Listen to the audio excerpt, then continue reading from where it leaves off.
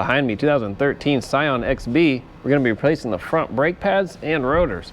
Let's get started. First thing we want to do is jack the vehicle up, put it on jack stands, and we'll pull a tire off. If you have a hubcap, we'll take a flat screwdriver, put it in between the wheel, just kind of pull on it, and we'll set that aside. 21 millimeter. Now we'll turn the wheel and get better access to our caliper. Then we'll take a flat screwdriver, put it in this window, and we'll pull towards ourselves.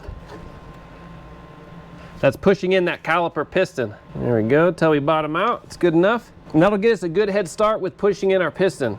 It also lets us know that our slide pins aren't seized and we can reuse our caliper. Now we can pull off our caliper, two 14 millimeter bolts. Now while pulling this bolt out, if this spins on you, you can go ahead and put a pair of pliers here, hold that in place. We'll get a caliper hanger, put it in this window, and we'll hang it on our strut. There, it's out of our way. Pop our pads out. What I like to do while the bracket is still on is pull our slide pins out, separate it from the boot like that, wipe it off real good, and we'll apply new caliper grease. This needs to be a silicone-based grease, not petroleum-based. That's important. If you use petroleum-based, it'll seize. We need a silicone paste. There we go, twist it as it goes in. We'll do our bottom one. Put a little caliper grease on there, slide it in, give it a twist. Perfect. All right, now we can pull off our bracket, 17 millimeter. Finish that off with my electric ratchet.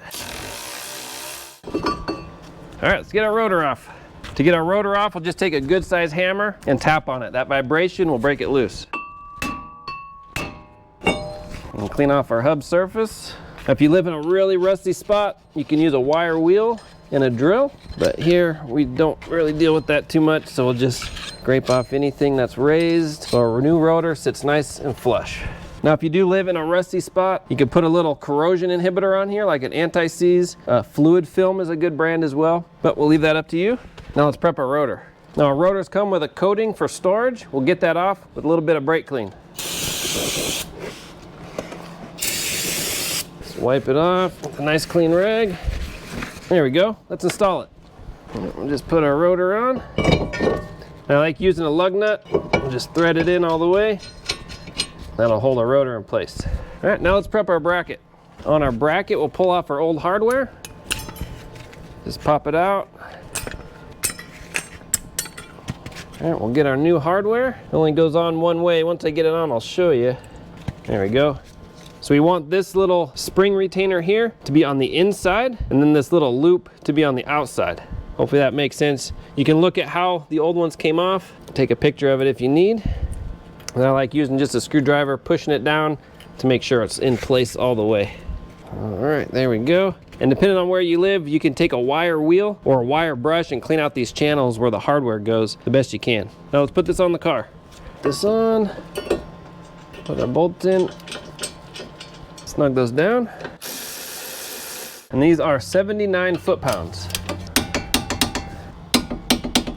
Now for your wear indicators, you may have to install them yourself. There'll be one wear indicator on each pad. So this pad goes in like this. You want the wear indicator on top. We'll just put this on.